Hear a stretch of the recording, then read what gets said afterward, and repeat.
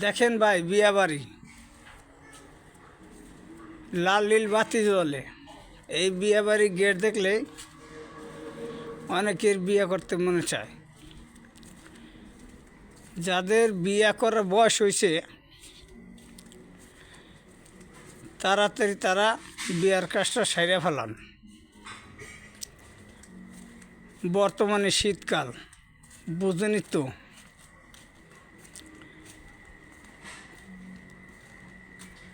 বিয়া শাদি করলে শীতের সময় যারা বিয়া শাদি করে তাদের সংসার উন্নত হবে, সুখী হবে। তাই যুবক ভাইদের বলছি, যারা যারা এখনও বিয়ে করেন নাই তাড়াতাড়ি বিয়ের কাজটা সেরে ফেলান।